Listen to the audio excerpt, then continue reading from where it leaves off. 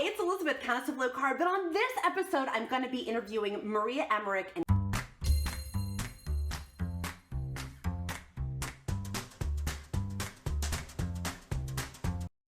Hey, it's Elizabeth, Countess of Low Carb, but on this episode, I'm going to be interviewing Maria Emmerich in a two-part series.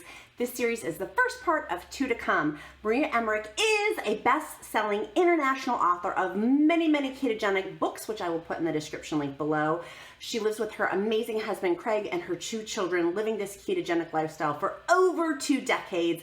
She's a wealth of information with her blog, which I will put down in the description link below, as well as all of her social media accounts. If you love this interview, make sure you give it a big old thumbs up, and make sure you enter in for our giveaway, our free giveaway. The rules are, like this video, put in the comments something that you learned from this video, and also we will be keeping this drawing open for 7 days after the video is released, and we will be sending you a book of the easy dairy-free ketogenic recipes by Maria Emmerich. To contain my enthusiasm. I am so excited, guys. So I'm just going to dive into questions. We've gotten tons of questions, and if everyone else has questions, put them in the comments below. But our first one is for newbies. I want to start off with our newbie folks. If they're new, where should they start? Because this is all foreign language keto. The ketogenic diet is foreign language to them. What should they do? Oh my gosh. You know, I used to be seen as the crazy lady. I've been doing this for about 20 years, and I'm almost... you know, the popularity of keto has been a blessing and a curse at the same time, because these newbies will say you need to eat 70–80% fat in order to be in ketosis. That's a lie. That's not true. Most people that I consult, I would say 99% of people want to lose weight. And if you're consuming bulletproof coffee and fat bombs or doing a fat fast, you're going to be set up for failure, because it's all about you want to get into the negative fat flux.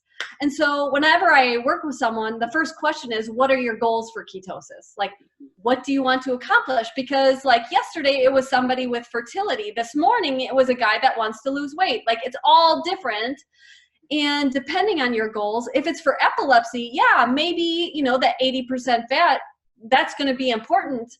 But higher ketones, so if you're someone that's into gadgets and you're testing your ketones, higher ketones do not mean better fat loss. It means nothing. I just ran on the beach this morning and my ketones are very low. Why? Because I use those for my energy. So I have less in my bloodstream. Like, I'm like the Energizer Bunny. But it doesn't mean that, you know, higher ketones is better fat loss, for sure. Cool. And if someone is doing this for a while, they've been doing keto for a while, and their goal is for weight loss, because here it's real weight loss meets real life with the Countess. If someone's been doing it for a hot second, but they're not losing weight, what would you suggest for them?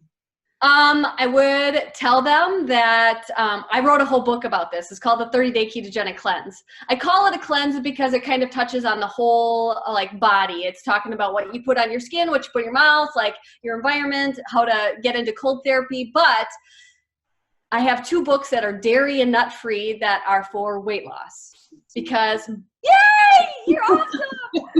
But like, most people are way overdoing the dairy and they're way overdoing the nuts. Those are 2 things that are very common overeating. Like, I'm talking about heavy cream cheese, you know, butter, all of that type of stuff. And I'm from the dairy state. Like, I get that we love dairy, but we're ignoring this, you know, especially if you have an autoimmune disorder like Hashimoto's, Graves', MS, multiple sclerosis, arthritis, those types of things, alopecia.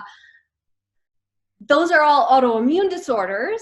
And if you look back, what's causing the autoimmune response? It's something that you're consuming. And so we poo-poo gluten in this keto community. Like, everybody's like, no gluten this, no gluten that. We get that. But dairy is a more common allergen. And I didn't want to admit that until I had a son with an issue. And it was very like, you know, when you have children, you'll do anything to help them. And so that's why people are like, well, what do you eat? And I'm like, read that book. That's what I eat. Like, it's just, that's the recipes that we make. That's just what we do. And so that's probably the biggest thing is dairy and nuts. And my husband always says, what are your macros? So macros are important because those are personal to you. And then within those macros, you want to focus on getting rid of the nuts and the dairy, and even try it for 2 weeks. 2 weeks are like, that's like nothing. You can do that. We're all very strong women and men. You know, so just try cutting it out for 2 weeks to see what happens. And nobody wants to hear this, and I understand. I worked at coffee shops since I was 15. I understand the coffee addiction, cutting caffeine out. And I will get comment after comment after comment on my private group called Keto.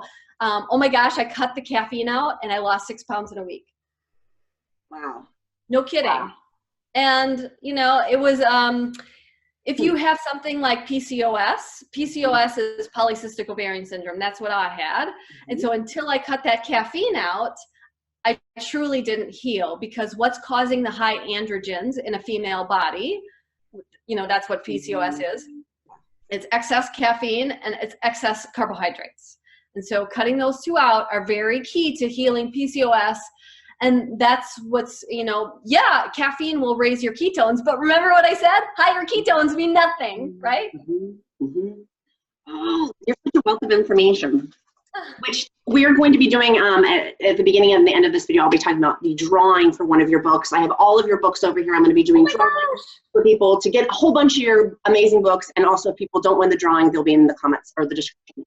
Oh, yay, I thank want you. everyone to have your books. They're so good. And she has books, plural.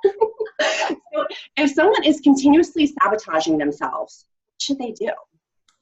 You know, for me, 20 years ago, I remember I would be really good during the week. Yeah. And then Friday came and it was like, woo! Yeah. Everything went out the window. Yeah. And then once one cheat happened, it was like a snowball. It was Yeah. like, well, I ruined it, so the whole day is lost, right? I mean, I know, like, we're all thinking that.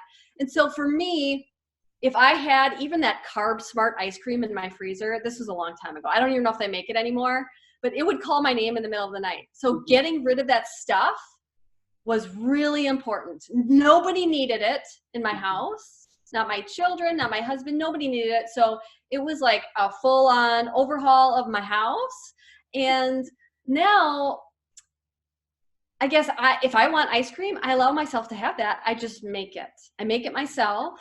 And some people kind of judge me for having keto treats allowed. But for me, I saw it as a lifestyle, not a short-term diet. And I stayed on it for 20 years because I allowed, you know, keto ice cream and keto Little Debbie treats. Did you try those yet? No, not yet, but I'm so excited. My 3-year-old and I cannot wait to make them. I'm so Yeah, but like things like, you know, food is love, food is comfort. Like think about Valentine's Day, Christmas, your birthday. What do you think about? Food, chocolate, all that type of stuff. And so, you know, when I have guests come over, I love to serve them a keto dessert. And, you know, I think that allowing yourself to, if you do have a craving, if you do have something, if, you know, life happens, like I'm dealing with a lot of stress in my life, and we all, you know, a lot of us are stress eaters. And so for me, if I have a bad day, you know what I'm making? I'm making a double bacon burger. Like, I love that. I'm making it. Like, well, look out, right? Yeah. And it's, instead of thinking about all of the things you can't have, think about all of the delicious foods you can. And that's important in all aspects of your life. Instead of thinking negative, you have to think positive.